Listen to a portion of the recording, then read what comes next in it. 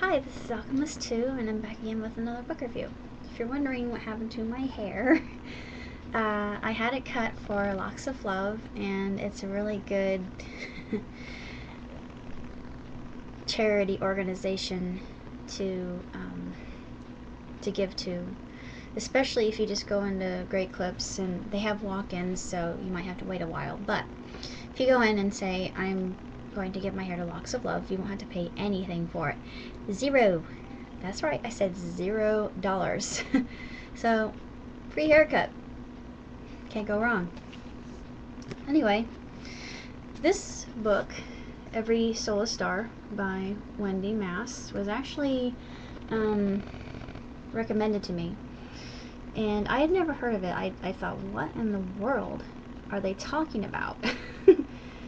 But it's an actually really fantastic story about 3 different people who are from different walks of life. You've got Allie, who comes from a family who documents or tries to listen to chatter from SETI and exoplanets, and they chase eclipses at Camp Moonshadow every year. And it's a ritual that they engage in. She is very close to Mother Nature, and she lives out in the country, and there's no television or anything like that. And then you've got the exact opposite of her, Bree, who is a really popular girl, and she's kind of the I'm not really sure if you could call her she's the model material type. She is stuck up, especially stuck on herself, kind of a brat, and she comes off as kind of a bitch, pardon my French, for the very first time when you're introduced to her. She has to have her technology wherever she goes, and she is thrown into a conflict immediately in the very beginning of the book, when her parents tell her, well, you're going to have to move and you're going to be homeschooled, and she says, no, this is going to ruin my life forever. My life is officially over. And to her, nothing could be better than actually being on the cover of 17 and being prom queen someday. And she just thinks that her entire life has been put on hold, and she actually shares something in common with Allie, and we find that out near the end of the book. And then you've got Jack, who is a character. He's a loner. He does a lot of reading. He doesn't really like to be bothered by too many people, and he's a little bit overweight and kind of awkward, clumsy. But near the end of the book, we find out that he comes out of his shell quite a bit, and it's really a magnificent transformation. We actually see 3 characters when they are all joined together through Wendy's fantastic writing. And I loved this book, particularly being a person who loves to stargaze, and I've always enjoyed just being in awe of the universe itself, and the fact of the matter that it's made dark matter and there's more dark matter in this universe than anything else, which has always fascinated me. They go into this a little bit. She goes into this a little bit, but she doesn't really talk too much about dark matter. That would be for a physics, a book with more of an astrophysical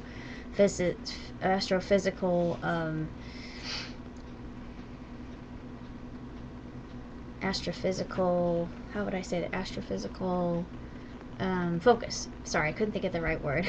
Sometimes the right word is there, but I just can't bring it out. As far as books are concerned, I really want to keep it because I think it has a really outstanding moral and value to it, and I think it's very enlightening, and inspiring. And the title itself, Every Soul a Star, there's a quote in here from, I think it's Plato. Oh, there's one from C.S. Lewis, who happens to be one of my favorite authors, and it's from Voyage of the Dawn Treader. And then there's another one from Fred Hoyle, who's a British astronomer. And oh, here it is, Plato.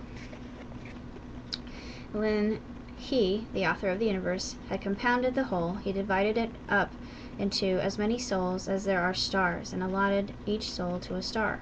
And mounting them on their stars, as if on chariots, he showed them the nature of the universe and told them the laws of their destiny. I really like that. I've never read Plato, but I think Plato and I would have gotten along fantastically well. Because, as Carl Sagan said, we're all made of star stuff, and it's true. And everything is energy, as Einstein said. And I think we're figuring that out as we go along in our lives, that everything has an electric signature, and even the sun itself has a signature. It can be read, and it comes out as a song. Different planets have songs, like we have a song that can be recorded, and it's just so many different things are being discovered right now. It's a very exciting time to be alive, and I think we need to embrace both the scientific and also the spiritual, because they never should have been apart. They were always together when alchemy existed, and alchemy still exists in the form of chemistry today. Of course, people might think, oh, you're nuts, you don't know what you're talking about. My screen name is Alchemist too. I should know what I'm talking about here. I've read a lot of books on alchemy. And other than that, I really don't know what else to say about the book, other than it's probably one of the best books for children I've read. It could be for teens, preteens, tweens, and it's just that book that fits into that genre that a lot of readers can enjoy, and not just any set of readers, but I think it can appeal to those of us like myself who love stars and just the stuff of the universe, for lack of a better term. And it has always left me completely dazzled and dumbfounded and at a loss for the right words to say, because just like the characters, when they see the eclipse for the first time, they are in awe. And I've seen eclipses before. I've seen things through telescope, like Saturn, just like Jack did. And when they mentioned, I thought, I know how he felt, because you don't think it's real. It's just so pristine. And Saturn is what us astronomers call the jewel of the cosmos, and for apropos reason, it is absolutely stunning. It is just perfect. It's probably my favorite planet. But other than that, I really don't have that much else to say about the book itself, other than I think it's absolutely perfect, and it's just a tremendous book, and I loved it, and I'm going to hold on to it. And when I have my own children, I will let them read it as well, and hopefully they can be enlightened and given some food for thought to really ponder about just how magnificent our universe truly is. I mean, we're just a little blue marble in an expansive galaxy, or galaxy of multiple galaxies. Just to think about it makes my brain hurt, but it keeps me